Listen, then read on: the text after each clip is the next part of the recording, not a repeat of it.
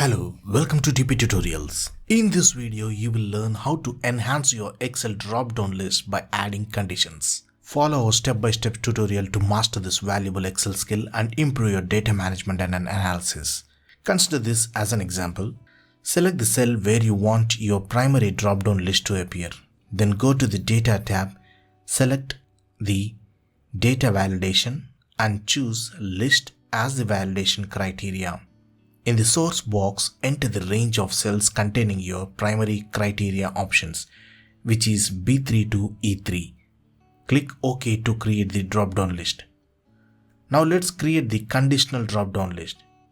Select the cell where you want your conditional drop-down list to appear. Again go to Data Validation and choose List as the validation criteria. However, this time you will use a formula in this source box.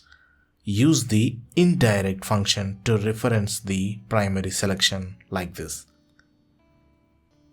Now using the name manager, we need to define the names for the regions like this.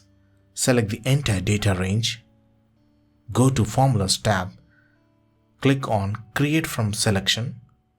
Select top row in this dialog box.